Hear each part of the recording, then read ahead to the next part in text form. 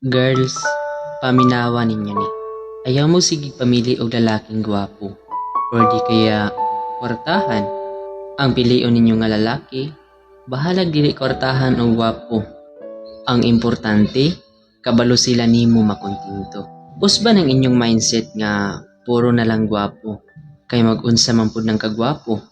Kung mangulata ra pud na ninyo. Kadalasan bitaw sa panahon karon, sa mga babae karon, mas piliyon gyud sa mga babae katong mga lalaking gwapo, tsada og barog, kwartahan, ug ilabi na katong naay mga tsadang sakyanan. Siguro wa may sayo kung mamili tag laking atong higugmaon, pero i-sureball pod nato nga kanang laking atong higugmaon kaya sadtang palanggaon. Girls, ayaw mo sigig basi sa gwapo nga hitsura. Try po ninyo og pilig laki nga tiyada ang kinaiya. Tanan man sigurong tao na ay bati nga bad side or batasan. Pero mas maayo gud tong makapili mo og laki nga dili mo bunulon og pasakitan.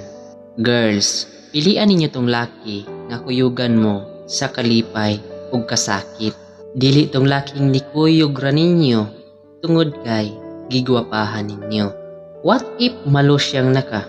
What if dili nakagwapa? Kaya baka gihapon ka nga higugmaon anak niya? Muna'y pinakalisod nga pangutana. Munang girls, bahalag dili gwapo ang inyong mabana. Ang importante, dili na sila mangulata. Ang kagwapo, permanente ra na siya.